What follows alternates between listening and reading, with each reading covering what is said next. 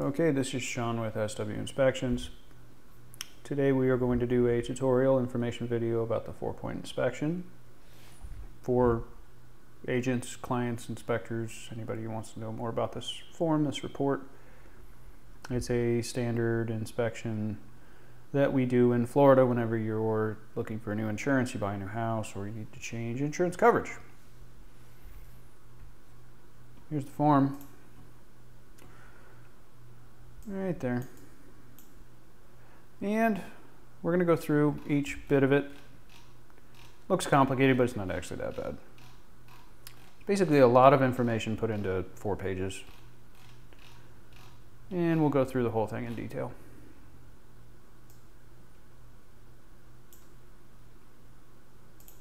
The reason we're doing this video is because when we show up, we do a couple hundred of these a month.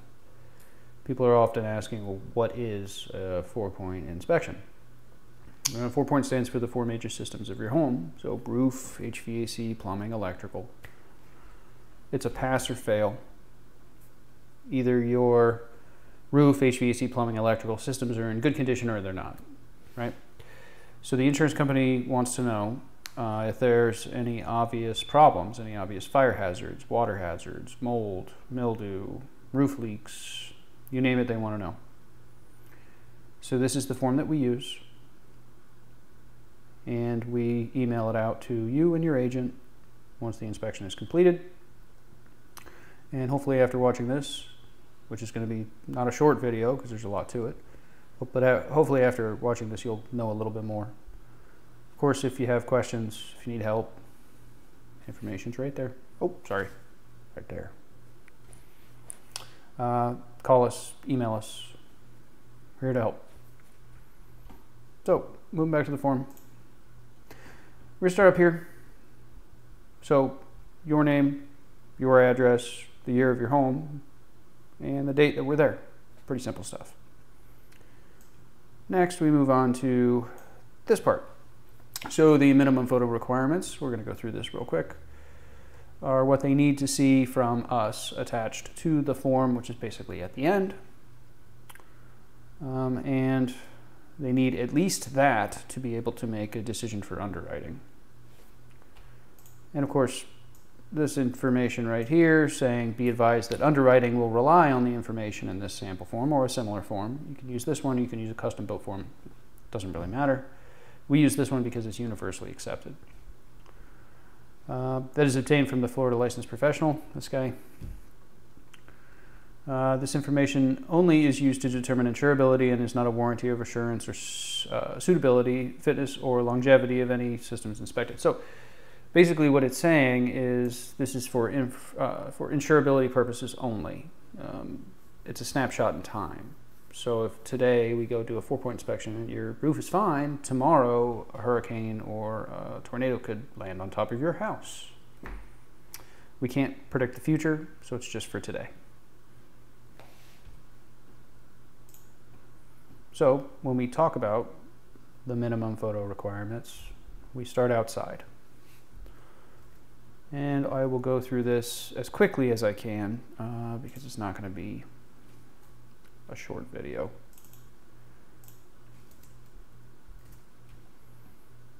Start with your address verification. The reason I'm choosing this house to show you is because it was a very nice house. $2 million house on the water. I can't remember exactly when it was built, fairly recently. It was vacant, clean, easy to inspect. Makes for good pictures, makes for a good training video. So, start with your address verification, include it in the report. Believe it or not, people accuse us of going to the wrong address. Well, here it is. And of course, front of the house, side of the house, back of the house. We're going to come back to that in a minute. The other side, back, corner over there, corner over there. Try to get as much as you can in each picture. You need to see every single side of the house. We go to the pool section here. So this is a good place to stop. Insurance companies nowadays want to see that there is a physical barrier around the pool. So there is a physical barrier here. There's a fence over there. We go to the next picture, there's a physical barrier here, there's a gate right there. And over there, there's that fence and the gate. So there's a physical barrier between the street and your pool. The insurance companies want to make sure that there isn't a liability. Case in point, a child walks onto your property and drowns in your pool. We don't want that. There's some sort of physical barrier, whether that be a fence or a wall like this, a pool cage, which is what a lot of people have, or some sort of barrier that meets that requirement. So that's why we take 2 pictures of the pool. They want to see that. Makes sense.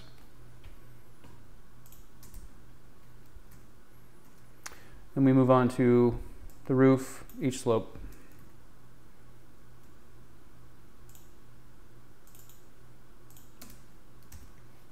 So this one, we get the entire parameter of the whole property for the most part.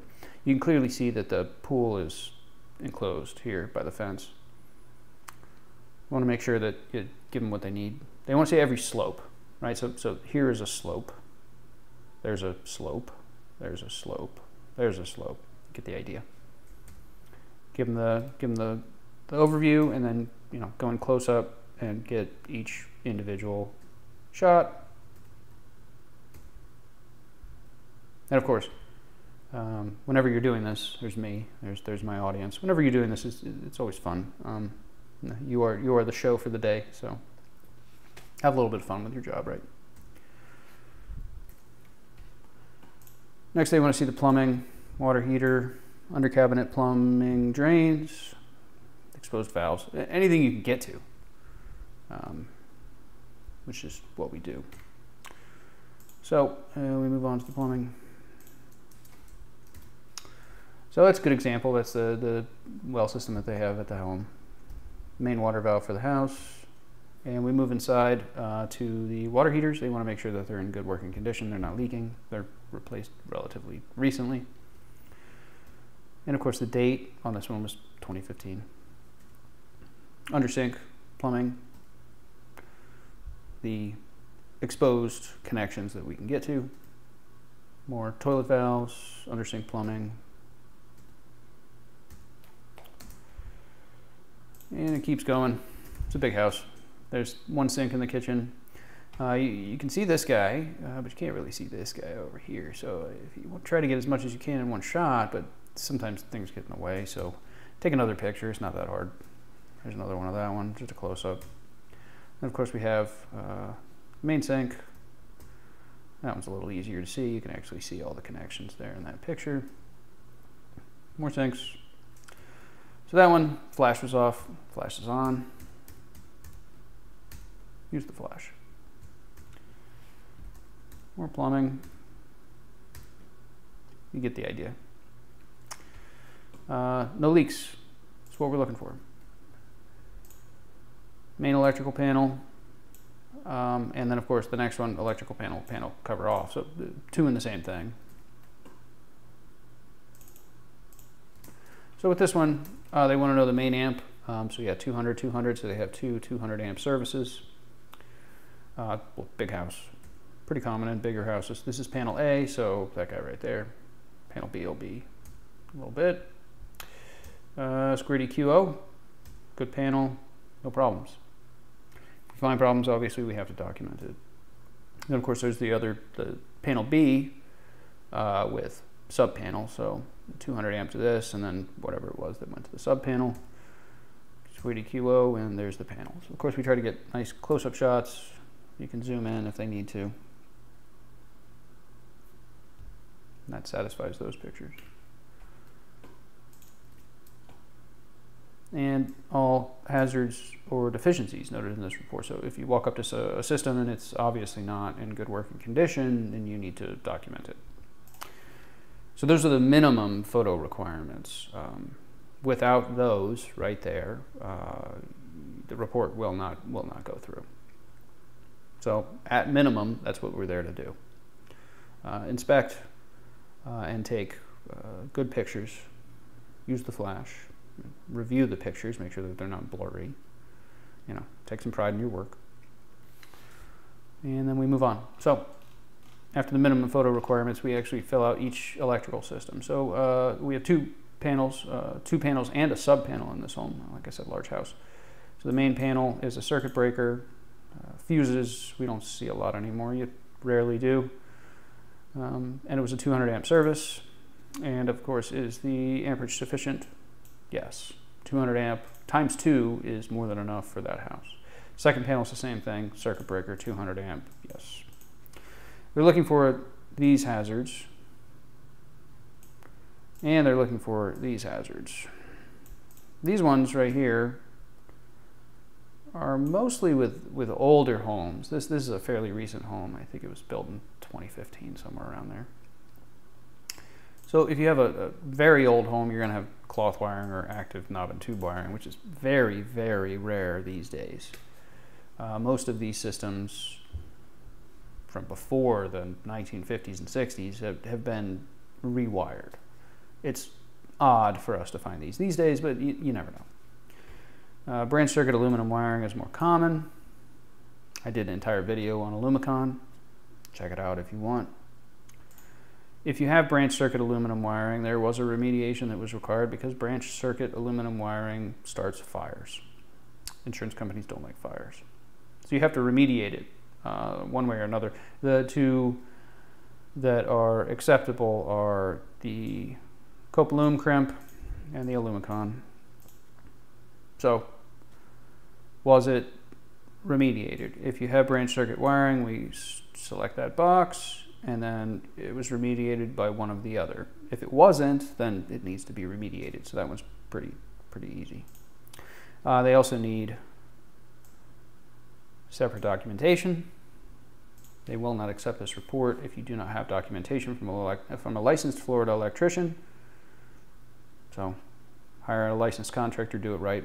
Save all of your documentation, save everything.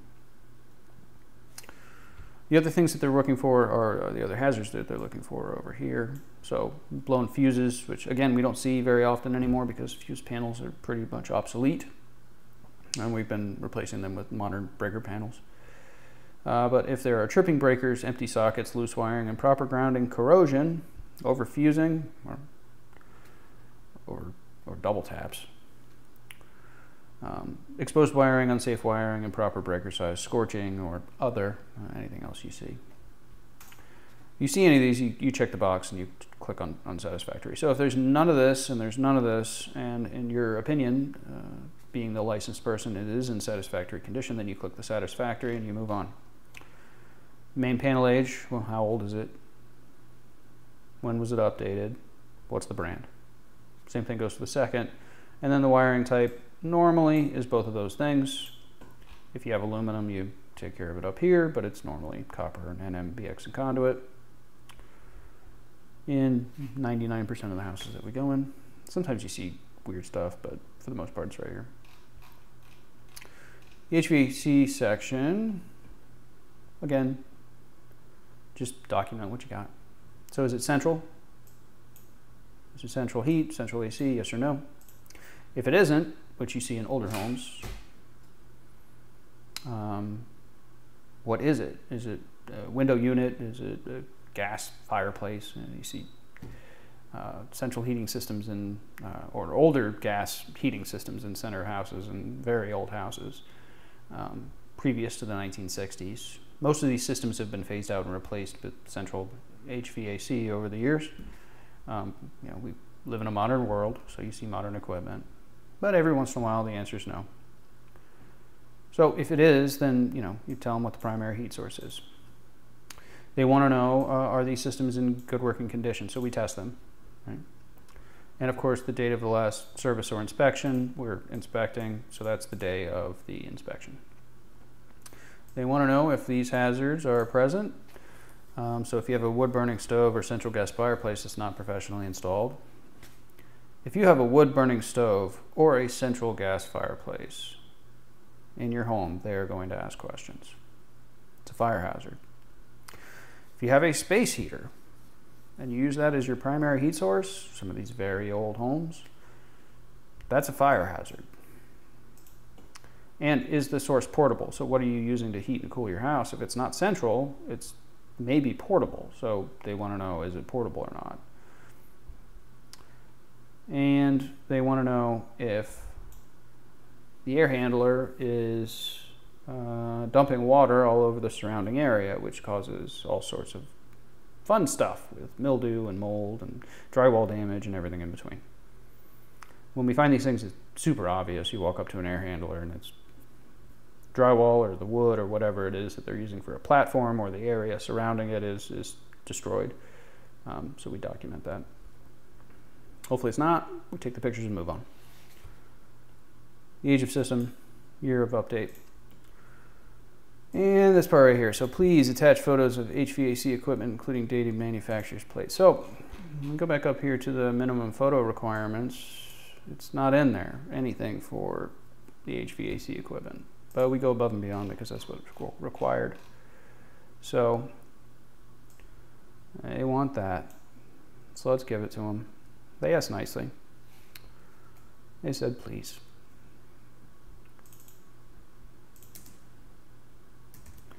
So walking around this nice house, we get the unit, we get the age. So this one was replaced in 2015 or installed in 2015. Next one, plate. Next one, plate. Of course, we move inside, plate, 2015. So if you have a problem with your HVAC condensate line, there it is right there. They get clogged. 99% of problems with the HVAC systems have to do with the water being removed from the home. It may do damage to the surrounding area. That's what they're looking for.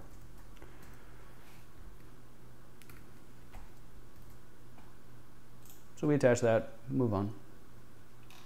Plumbing system. We want to see if there's a temperature and pressure relief valve on the water heater. So we go back to plumbing section, we look at the water heater. And that's the TPRV right there. Temperature and pressure release valve. If there's a problem with this unit, the thermostat stops responding, whatever the case may be. This is going to prevent the tank from exploding, basically. So that's a safety feature. If it has it, we recommend we observe. Record it and move on.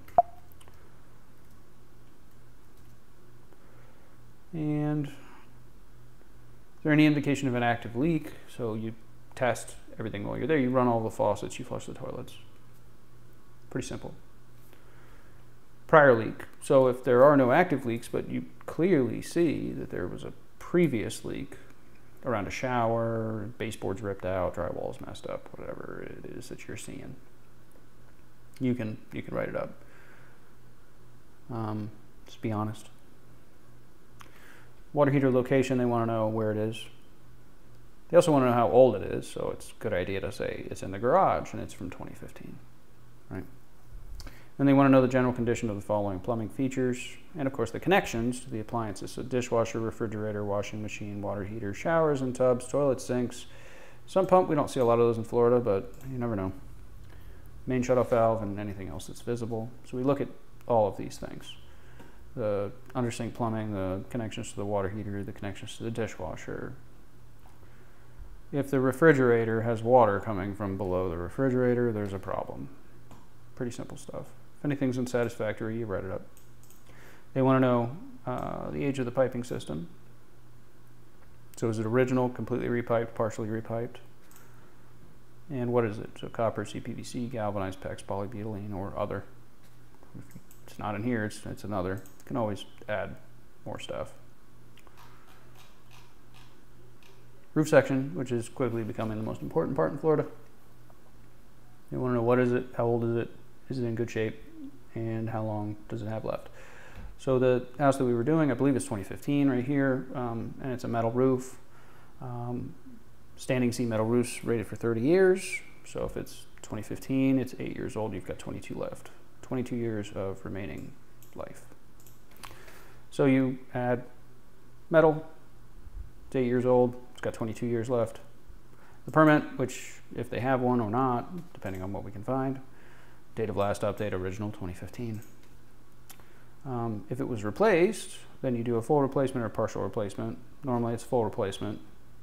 Every once in a while you'll see a partial replacement, half of a roof or something like that if there was a problem. Is it in satisfactory or unsatisfactory condition? And unsatisfactory would be any of the things that we see here.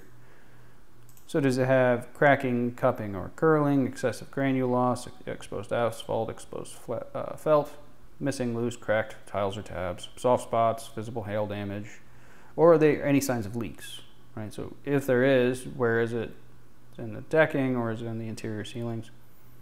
Super obvious when you go in the attic. And a lot of times you can catch this stuff from around the house, in the attic, in the interior ceilings. After you've been doing it for a while, it's pretty obvious. Secondary roof is the exact same thing, just with the secondary roof. So if you have two different roofing systems, a lot of times we find that there's an asphalt fiberglass shingle on one section of the roof and a roll roofing or a flat roofing section on the back, or metal and membrane. I mean, it just depends on what they had installed. We record what they have. We move on. Any additional comments? Sometimes you got to put some extra stuff in there. This is where you do it. Depends on what you need. We have to certify it by signing it, giving them our title, license number, date, our company name, license type, and our work phone. And then we go into the fun nitty-gritty of it. So, the special instructions here. The sample 4-point inspection form includes the minimum data needed for underwriting to properly evaluate a property application. While the specific form is not required, any other inspection report submitted for consideration must include at least this level of detail to be acceptable. The reason that we use these forms is because everybody's used to them. You can create a custom form, which is significantly better than this one that is dated. It's 11 years old now. But it doesn't do you much good when you submit a form that nobody understands or nobody knows how to read. So we use the standard form. It just makes things easier. We talk about the photo requirements again and the inspector requirements. So to be accepted, the inspection forms must be completed, signed, and dated by a verifiable Florida licensed professional, a general residential or building contractor, building code inspector, or home inspector. So, there's a caveat to that. This form is 4 different sections, right? So, if you are trade specific, say for instance an HVAC technician, you can fill out the HVAC section, but you can't fill out the rest of it. Roofers can fill out the roofing section, electricians can fill out the electrical section, plumbers can fill out the plumbing section. Nobody does that for the most part, though, because a partially filled out report isn't going to help you. Maybe in the case of a roof, if we're doing roof certifications, but that's about it.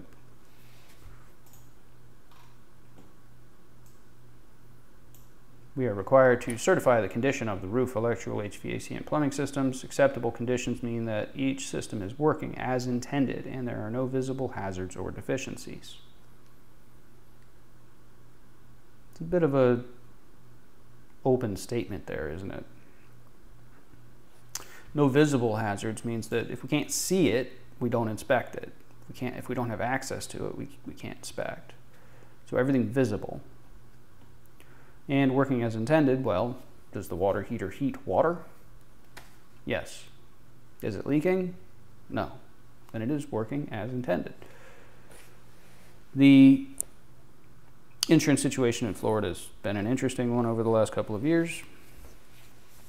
And the insurance companies have gotten more and more picky about what they will and will not accept. What I tell my clients is that this is your home according to what I think it is, but they may have different requirements. So talk with your agent. There's always different things that come up. Any additional comments or observations? They want to know the updates, the types of updates, the dates completed, and by whom. By whom? I've never included that information.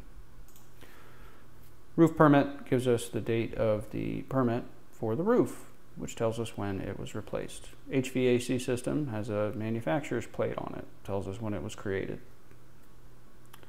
Water heaters, the same thing. Electrical panels are installed either when the house is built or they were replaced with a permit, if you can find a permit.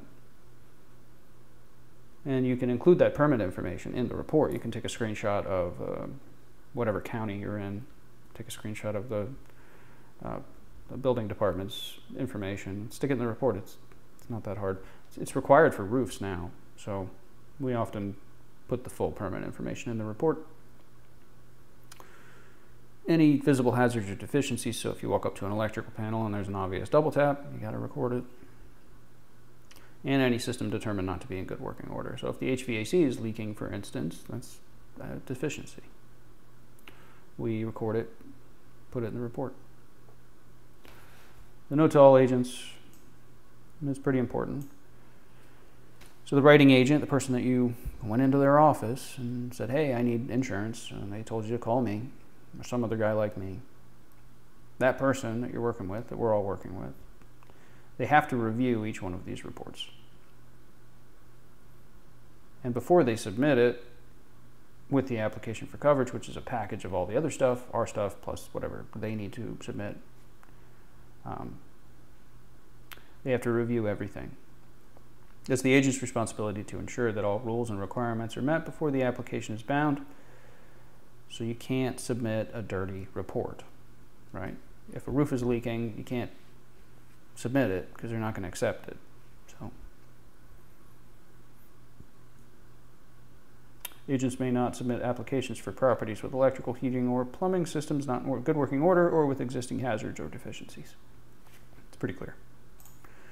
If they do, then things get complicated. We end up having to do a bunch of stuff. So don't submit it if it's not clean. And if we're at your house doing an inspection and we find an issue, you're going to know about it right then, right there. We're going to show you pictures or bring it to you or bring you to it.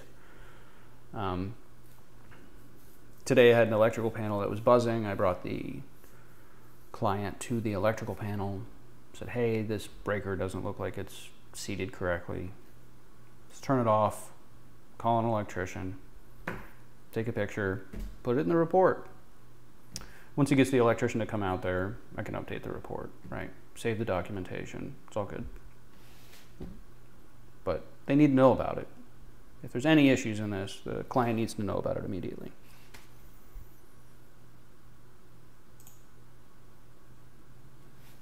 In a nutshell, that's the 4-point. It gets a little bit more complicated than that when you really get into the weeds of it. And it's changing every single year. But hopefully, you learned a little bit. If you have any questions, reach out. Call us, email us. That's what we're here for. That's it.